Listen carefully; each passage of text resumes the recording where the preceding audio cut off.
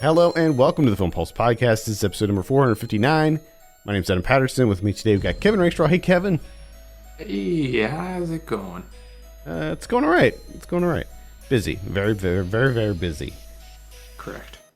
This week on the show we're going to be reviewing Halloween Ends, which is out now in theaters and on Peacock. Peacock. Uh-huh. We'll also be going over what we've been watching on the watch list and new releases in theaters, VOD, and Blu-ray. Thank you so much for joining us this week. Please remember to review us on iTunes if you get a moment. That'd be great. New Saved by the 90s is going to be recorded this week and should be coming out closer to Halloween, but I'm very excited to record it. We're talking about Stephen King movies. Yes. This month, and it's been a blast watching these, so stay tuned for that. Let's talk about Halloween Ends. So I have a synopsis here. The saga of Michael Myers and Laurie Strode comes to a spine-chilling climax in this final installment of this trilogy. This is directed by David Gordon Green, surprisingly. Surprisingly directed by David Gordon Green. I think the other thing that's just as surprising is not only is he the director, but him and Danny McBride are the half of the writing team. Mm-hmm. Which just feels like not true. It doesn't. In fact, everything about this movie feels not true. It doesn't feel like it's a real movie. It doesn't feel like it should have. It doesn't seem like it's done. Like, I feel there's something happened, I feel like, behind the scenes with this movie to make it the way it is. Like, I don't know if they were if they thought it would be fun to, like, experiment a little bit with the third entry. Like, Halloween 3, the original one, it doesn't even have Michael Myers in it. It's a completely different story. And they were gonna turn Halloween into, like, an anthology series back in the day. And that's why the third one doesn't have anything to do with Michael Myers, but it was a colossal failure. Even though the movie itself is actually quite good, I think people were expecting Michael Myers. Yeah. And this movie, in its final act, seems to take a very harsh turn and not really be about what you think it's going to be about at all. And I'm not going to mince words here, Kevin. This movie was an absolute disaster. Through and through. I hated every second of it. I hated my time watching it. I was offended as a Halloween fan. It's awful. It is just plain awful. It's boring. Yeah. It's overly long. You barely get to see Michael Myers. The kills, like, there's some creative kills in it, but for the most part, like, they're pretty bland and lackluster too. Like, they're nothing to write home about. No, not at all. And comparing this to Halloween Kills, like, that one at least had energy. Like, I didn't like it, but at least it was like, it had energy to it. This movie is just a wet noodle through and through. Yeah, which I think was like one of the, we talked a little bit, last night when you were watching this. I think it was last night, right? Mm-hmm, yeah. Like, I had already watched it. You were watching it, and you were in the throes of watching it, which maybe not the right vocabulary, because that makes it sound like it has energy, which I agree with you. It really doesn't. No. Truly doesn't. But I just told you that I'm confused by this movie. I am now retroactively confused about the entire trilogy. And I don't know what this is or what happened. All of these movies, I'm just so confused. So much so that this movie is so bad that my first thought, out the gate, as soon as the credits rolled on this one, I just thought, well, maybe Halloween Kills wasn't that bad. Maybe, but I think that's just in comparison. Yeah, it's in comparison. If it's in comparison, you're like, man, Halloween Kills is actually not bad. It's a pretty decent movie. The thing is, sorry to interrupt. The thing is, like, Halloween Kills at least had fun Michael Myers slasher moments, like the scene when that one great scene when he's attacking the people in the car and they're like, Yeah. they end up like killing themselves, and like, Yes. there's moments to that movie where it's just fun. Like Yeah. it seems to know what it is. It seems to know what it's going for. And while I think that compared to the first entry of this series, it's not nearly as good. There were certainly moments, whereas with Halloween Ends, it's like a boring slog from the very beginning. Like, What? it focuses on some dumb kid who nobody cares about. Wait, you don't care about Corey? Corey Cunningham? No, I don't care about Corey Cunningham. Fuck that kid. I just don't give a shit about it. I understand it. Like, I don't know if they're trying to set up a franchise here or something. He fucked that kid up. I mean, I will say that scene was kind of shocking, but like, what are they doing? Like, this movie, it was so messy. Yeah. It was like, what is the point? Where are we going here? The pacing was way off. Some things felt so rushed, whereas other things felt like it was a giant waste of time, like the constant flashbacks and like recaps. Like, we don't need that. We don't need those little flashing montage things. And there's like 3 of them or something in this, at least 2. Too many. Whatever the number was. We don't need that. Yeah. We don't need Corey. We don't need Corey Cunningham. I feel like this is an examination in how to run a franchise into the ground. Like, I can't think of any other way to put it. Like, there's one big fight with Michael Myers between Laurie and Michael. And you see it in the goddamn trailer of the movie. They released a trailer, I don't know, when they were starting to hype this up. And the trailer was basically one scene of the movie. And when you see it, you're thinking, oh, well, that's going to be like one of the many encounters they have because it's the final showdown. But no, like, what you see in the trailer that's it. And obviously there's more to it that extends past what you see in the trailer. Well, that was going to be one of my questions, because obviously you've seen the trailer. Now, I never saw the trailer. I didn't even know this movie was coming out, honestly. But my question to you is did the trailer, hint towards anything about this being the Corey Cunningham story? Not even in the slightest. Wow. At least none of the trailers that I saw. I stopped. I don't think I watched. I think I did see one other trailer after that one that was like the one scene that was released. But yeah, they don't really. I mean, if I went back and watched it now, maybe some of the stuff would be there because now you have context. Yeah, you have the hints. You'd be like, this movie's fucking all about Corey Cunningham in the forefront. And it almost, it almost felt like, to me, was the Game of Thrones finale. That's what this movie felt like, where it seemed like everybody involved was contractually obligated to make this movie, and they just wanted to get it over with as quickly as possible. Which maybe that is something that's behind the scenes, because maybe you do have like Jamie Lee Curtis, Andy Mackachak, and Will Patton and everyone, where they're just like, we really don't want to do this.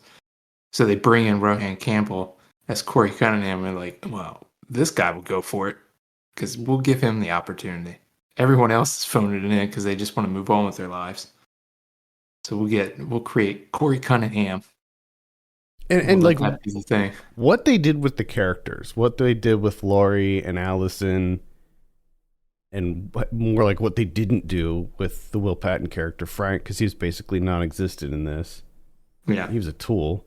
It was not, and what they did with Michael Myers. Like, he lives in the sewer now. Incomprehensible what they did with these characters. Like, the arc that occurred here with them. It's just like, what? How does this make any sense whatsoever? Now, there's two things here, or I should say, the issue that I have with this movie and with A Halloween Kills, because I think I get the sense that they're trying to do something. Like in Halloween Kills, they did, where the entire town of Haddonfield is trying to rid themselves of Michael Myers, and the whole evil dies tonight, where Yeah. they kept hammering that home, hammering that shit home, and it was really of the time, which is obviously gonna age poorly, I think, because it Mm-hmm. wasn't great at the time. But you get a sense of what they're going for is like, oh, they themselves, the town, is becoming a monster. Obviously, they're doing that whole shtick. But the problem is that Michael Myers is an indestructible being that is killing everyone in the town. So it's like, yeah, no, they're responding pretty much how you should probably respond. Like at this point, the dude won't die, and he's killing everyone for no reason. He's just murdering everyone. So yeah, it makes sense that the town, like, they need to become monsters because they need to kill the dude. Now in this movie, there's one tiny bit of dialogue where you're like, oh, okay, I guess that's what this movie's about. When Corey's talking to Laurie Strode, and I can't remember if she's the freak show or the psycho or whatever, and she's like, or he's like, you're, you always want Michael Myers to come back, which is kind of, I think, like, kind of like the dig at the audience, like, Michael Myers isn't here, and look at you freaks, you want Michael Myers so bad. But it's like, yeah, I'm sorry, but that's the movie. I'm not here for Corey Cunningham. I don't give a shit about Corey Cunningham. I don't know who the fuck Corey Cunningham is. I don't care. And It's a movie. and I just don't care about him being terrorized by band kids. Like I just Yeah, and don't get me started on the band kid shit. just Because like that is the most ridiculous bully foursome I've ever seen in my life. The kid with the fucking mullet that's a drummer in band. Are you serious? That's the one that's like, hey, I'm gonna fuck you up. Get the fuck out of here.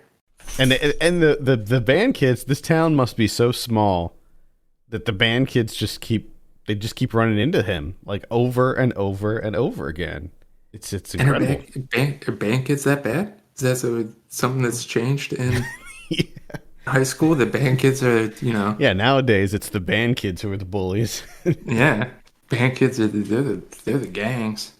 Fucking It's just a mullet. weird ass movie, man. Like it's a movie that I feel like I don't know if maybe it went through too many script revisions or something, too many cooks or something. Something happened with this because like it is way off from the other Yeah. two Oh, entries.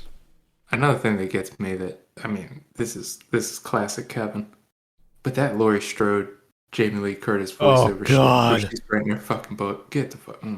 God. And like that mixed with what happens at the end, what they do at the end, it's just so it's so serious and so full of itself. Like this movie's way too earnest. Like get off of it. You're a Halloween movie. That's what I mean. That's what I mean when it's like, evil dies tonight. Yeah, the dude's been killing like every single person in this town for decades, and no one's doing anything. Like, yeah, maybe the town does need to kill him. They need to come together and kill him. They're not monsters. Dude needs to be killed. Yeah. Dude needs to get got. Exactly. Yeah. mean, That's really all I have to say. It was just a complete shit show. I wasn't expecting much. As I said, No. not a fan of Halloween Kills. I was hugely disappointed with that one because I did have very high expectations with that one, and I left the theater being very underwhelmed. This one is a whole other level, like of, and Well, that's part of it, though. That's part of it, right? Because you have Halloween Kills was so bad, and it was disappointing because you're kind of coming off of the first Halloween, where you're like, oh, this could go places potentially. Halloween Kills, really disappointing, which essentially just snuffed out all your expectations. Mhm. So there's actually like a dark horse here going into Halloween Kills, where you're like, you know what, my expectations have been completely snuffed out. yeah, I got nothing for this. I'm not expecting anything. And it could have surprised you. But it actually did surprise you because it was even worse than you could have ever thought. it was like so much worse. I mean, this was like even though I had very low expectations, I at least thought, okay, well, it's a Halloween movie, so at least there's that. Like, it should have a nice atmosphere. I like the Laurie Strode character, so at the very least, we'll be able to see her doing some cool, stuff. But Yeah. nope, nope. You don't see it. I mean, you saw it in the trailer. What the extent of it, you see in the trailer. I will say that at least Jamie Lee Curtis is doing something in this movie besides laying in a hospital bed for the entirety of its runtime. Yeah, right. At least there's that. Just at least trying to bake pies and write a book. I will say that there's some cool cinematography in this. I'll give them that. They do some cool like framing, and there's some cool angles and stuff. And They don't. I'm going to disagree with you there. This is boring in all aspects. Yeah, I mean, it's boring visually. It's boring narratively. Yeah, the music's great, but it's the same. Yeah. Like, I don't think that they use like a new score or anything. No, that's why it's good. They didn't try and do anything. It's just it's good Carpenter, Yeah. All right, let's go ahead and give this nightmare of a movie. We're just coming off of the Hellraiser reboot too, and like this makes that movie look like one of the best horror movies of the year or something. I mean, yeah, this is. I would rewatch 2022's Hellraiser any day over this, because not only did it ruin a franchise, but it's bad. It's just a bad movie. Like eliminating any kind of fandom I have for Halloween. It's just a shitty movie. I'm not even a big Halloween guy. Like I like the first Halloween, but so much of that is because of the music. Like if you take the music out of the first Halloween, I'd probably be like, there's better slashers out there. Yeah. Especially with that sporadic first person. Mm-hmm. Black Christmas. Black Christmas is, 50 times better than Halloween. Give me a break. Yeah, I love Black Christmas. That music. It's that music, It's just that, I think it's just it's the music, but it's also just like the Carpenter vibe. Halloween. It's Halloween though, that too. Like it gets that. It's what you want around Halloween time. Yeah, and I think that there's like a certain amount of nostalgia too with the original one, like just the fact that it's like an older movie that it takes place around Halloween, and it has that kind of nostalgic vibe to it, some like similar to like what Poltergeist or any of these other older movies like that. Yeah. Yeah. Anyway, let's go ahead and give this shit show a score. Man, I'm at like a 1 on this one. Yeah. It's garbage. Right, it's absolute garbage. It angers me. I'm angry at this movie. I also kind of find it like I've seen some people that are like, I like this. And it's kind of confusing to me, and funny in a way too, to be like, the Peacock movie. The Peacock movie. I don't know. There's just something about like people being excited for a movie coming. It's like the Peacock. It's going to be on Peacock. Yes, Peacock. It's all of the people that pay monthly for Peacock. It's just finally. It's the copium. It's the copium that they're experiencing, where they're like, finally. I knew it. I knew that it was worth it at some point. Halloween ends. Here we go. Oh God! All right, let's move on and talk about some of what we've been watching. I really haven't had anything major this week, just because I'm still in the process of moving and stuff. But I did see a couple things. I'll start with 3,000 Years of Longing. This is the one directed by George Miller. Oh yeah, yeah. Tilda Swinton, Idris Elba. Idris Elba plays a djinn. And I forgot that this came out this year. Tilda Swinton plays a scholar who ends up she's like doing like a lecture in Istanbul, and she ends up finding this bottle, and wouldn't you know it, there's a djinn in it, and it grants her 3 wishes. But this movie I liked it quite a bit, actually. Visually, it's stunning. I mean, it's George Miller, who I think has a really great eye for the lens. His cinematography is quite good. And also, I think that George Miller is a really great world builder. I think that he's a great storyteller. And this movie is all about storytelling. It's all about experiencing stories, and that's sort of what Tilda Swinton's character does, is that she collects stories and she retells them, and she hosts lectures about stories, so the bulk of this movie is her and Idris Elba in a hotel room, and he's sort of telling her his story and like how he got trapped in the bottle and all of that stuff, and the 3,000 years that he's been trapped. So it's quite good. I would definitely recommend it. It's not amazing or anything. Didn't blow my mind, but it was very charming. It was a love story in a lot of ways.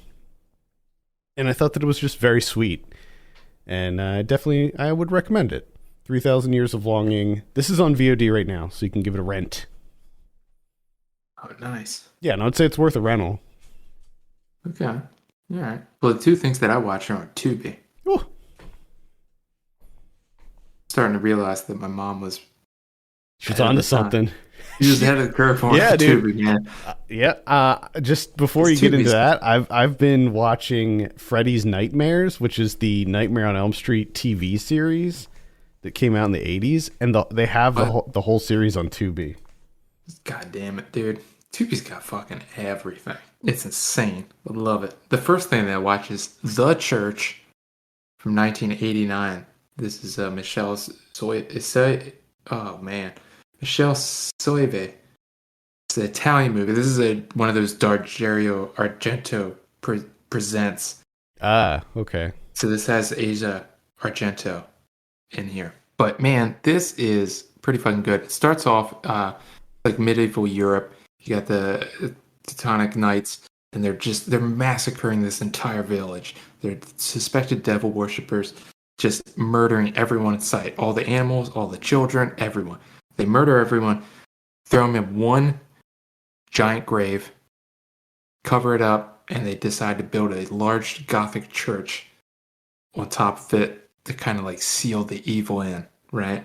And the architect that built the church, he did so in a way that it has this contraption that will, if at any point in time the evil attempts to come out, the church will lock itself up. It has a mechanism to lock itself up to keep the evil contained.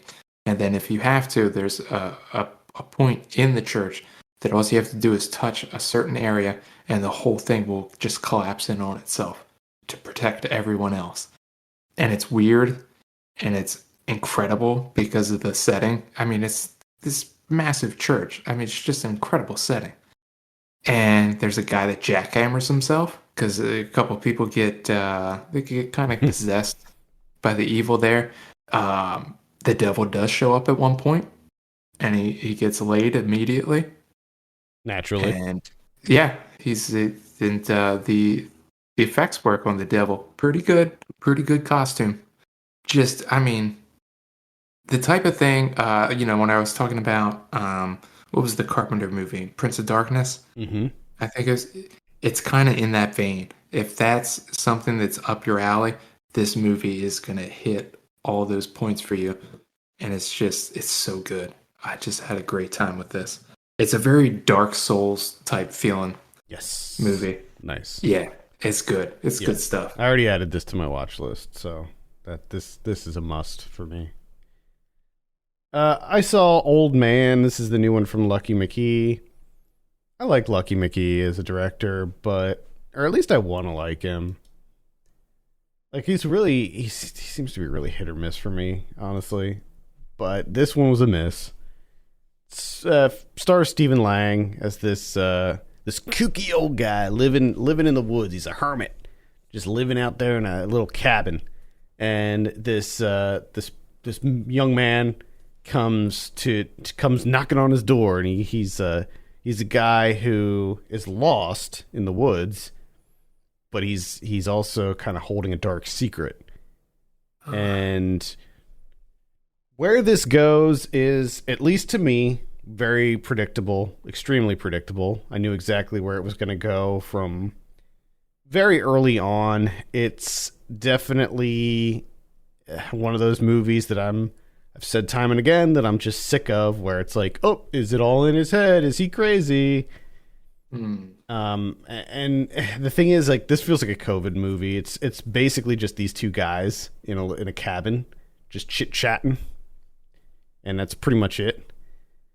And yeah, I didn't like it. Went exactly where I expected. Nothing was a surprise. It was all pretty lackluster. I will say that Stephen Lang's performance was quite good. Like, it was sort of like his character in Don't Breathe, but like amped up a bit more. Yeah. So he's great in this. Everyone else, all two other, or three technically, other actors, or they don't have a whole lot to work with. But yeah, it's not great. I wasn't too into it. Old Man by Lucky McKee. It's on VOD right now if you're interested. I watched another Neil Jordan movie.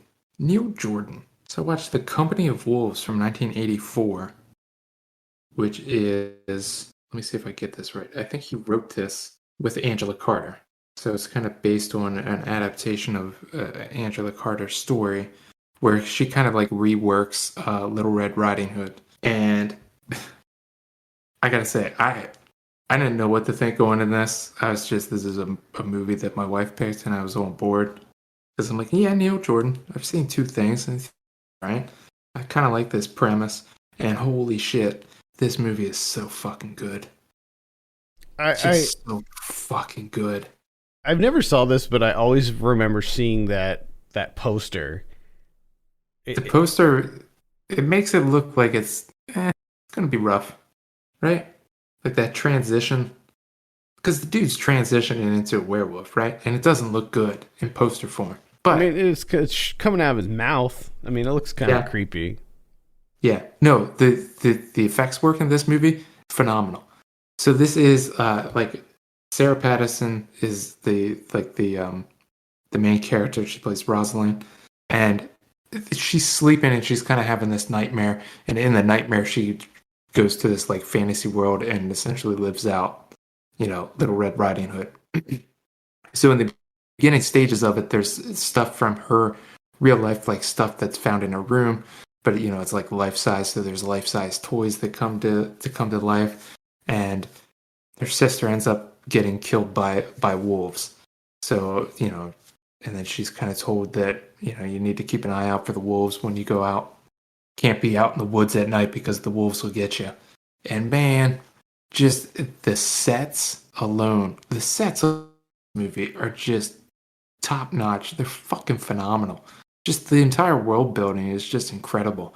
It feels a lot like what's that movie that everyone likes that I fucking hated with Peter Falk and Savage? Princess Bride? Yeah, it's like that, but 100 times better. Okay. And it's all right. I mean, it's not a quote, it's not a comedy, but right. I didn't find Princess Bride to be a comedy anyways, so still fucking better. But this shit, I mean, this fucking thing is good. I was just completely blown away. So surprised. Had no idea. All right, well, this is getting added to my list too. The Company of Wolves by Neil Jordan. Neil Jordan. Cool. Check it out on Tubi. Tubi. Fucking Tubi. Taking over. Tubi taking over. Who the fuck knew that, out of all the streaming services that exist out there and the ones that I have, the one that's going to like pull me back into cinema is going to be Tubi. It's because Tubi has so many obscure, like, random titles. It sure do. Like, but then you watch them and you're like, why isn't this bigger? Oh yeah, yeah, definitely. Tubi has some great stuff. It's just strange. It's just a whole strange chronicle that's happening here with Tubi. Let's take a look at what we have in theaters this week. Black Adam is the biggie. Are you interested in this? No. No, me neither. I don't know. I've been so kind of bored with the superhero stuff as of late, so that one does not tickle my fancy. On VOD this week, let's see. On the 18th, we have Forget Me Not, Inclusion in the Classroom. That's a documentary. We got Beyond the Neon. That's some kind of mockumentary with Joey Salads. Joey Salads. Now, I don't know if you know who Joey Salads is, but back in the old prankster days of YouTube, back when prank channels dominated YouTube, Joey Salads was one of the pranksters. He's one of the OG pranksters. Oh, not Joey Salads. Mm-hmm. And looks like he has a movie coming out. It looks pretty horrible. So, yeah. I'm sure it's going to be very tone deaf from the looks of it. We also have The Bookkeepers. That's a documentary also. The Good House. We got Mama's Boy. That's going to be on HBO Max. That's a documentary about Dustin Lance Black. Okay. I might check that out. I like him. Let's see. We also have BitCon. You get it instead of Bitcoin. Yeah, because it's BitCon.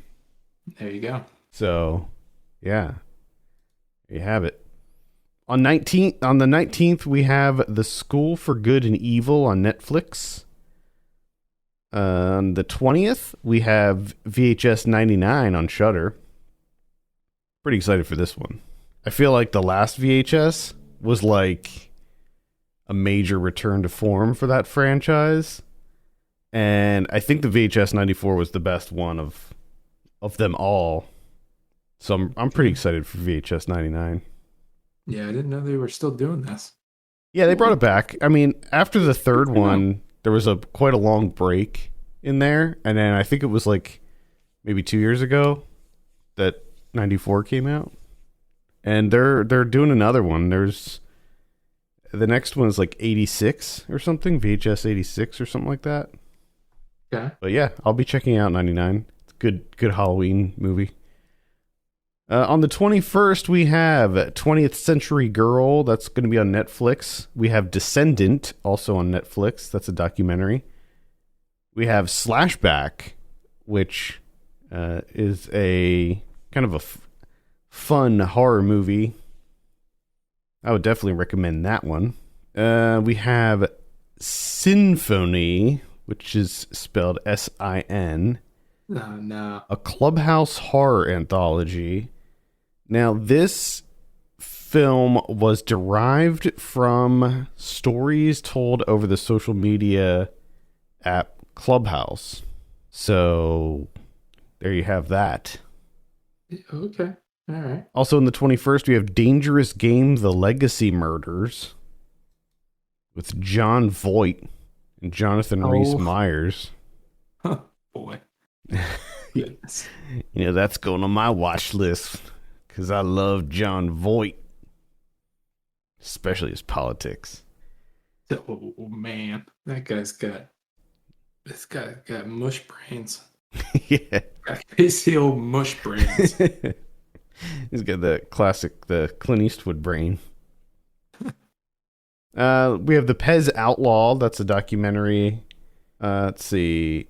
Slayers. And it looks like that's about it. All right. Yeah, I might check out Slayers. I think that's like a horror comedy about vampire hunters with Thomas Jane. I might give it a look. On Blu-ray this week, we have The Return of the Living Dead from 1985. And I feel like, okay, this is a 4K collector's edition. If you haven't seen that yet, very high recommend. For me, it's one of my favorite zombie movies. Got Tropic Thunder from 2008 coming out in 4K. Bullet Train is coming out in 4K. No Escape from 1994. That's the sci-fi one with Ray Liotta. Bodies, Bodies, Bodies is coming out. Trancers from 1984.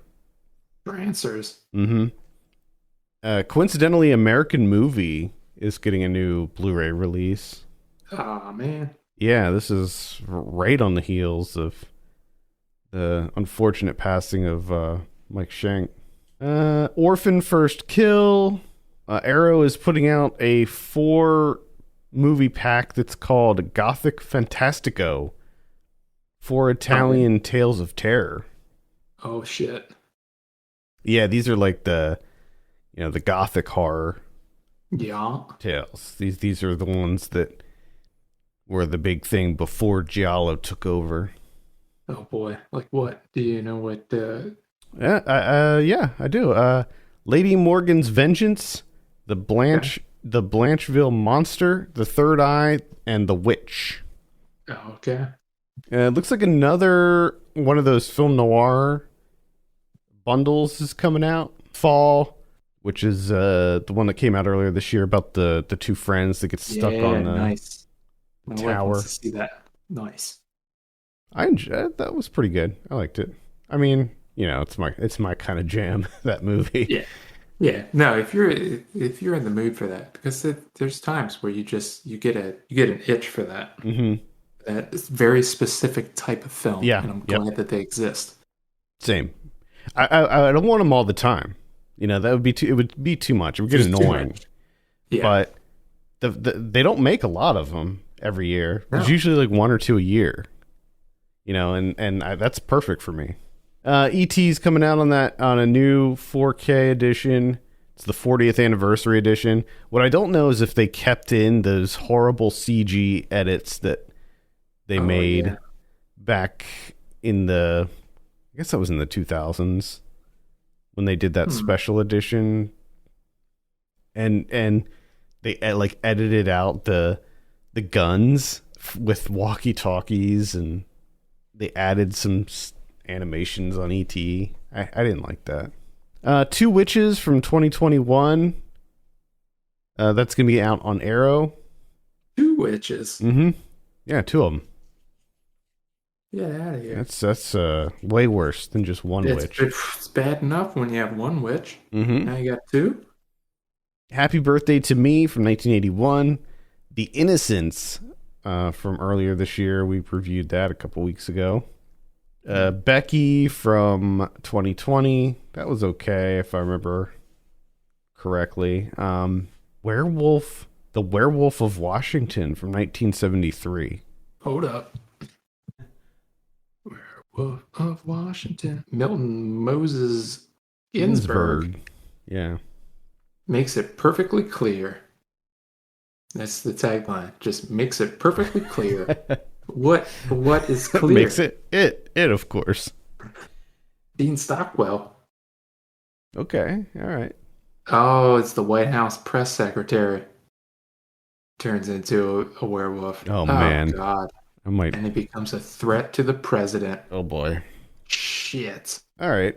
We also have The Purple Rose of Cairo from 1985. Radio Days from 1987. Flux Gourmet from earlier this year. Broadway Danny Rose from 1984. And Moonchild from 1994. Yeah. All right. I have to keep an eye on that one. Add that to my list. Looks ridiculous. What about Criterion's this week? Well, before I go into the Criterion, I just want to point out the Werewolf of Washington. If you go to the Letterboxd page, poster, immaculate. Perfect poster. Also available on Tubi. Nice. So now that we got that all cleared up, you got 2 Criterions. You got La Llorona coming out from 2019, and then you have the immaculate Kurosawa's Cure from 1997. Ooh. Oh, boy. And if you haven't seen that yet, this is the perfect time to see it. Oh, yeah. That's such a great movie. Just the atmosphere alone. Hell yeah. Love that movie. All right, cool. I think that's going to do it for this week. Thank you so much for tuning in. You can send us your questions and topics to podcast@filmpulse.net. You can follow us on Twitter @filmpulse.net and @filmpulsekevin. And if you have a minute, consider reviewing us on iTunes. That'd be great. For Kevin Rakestraw, my name's Adam Patterson. We'll see you next week.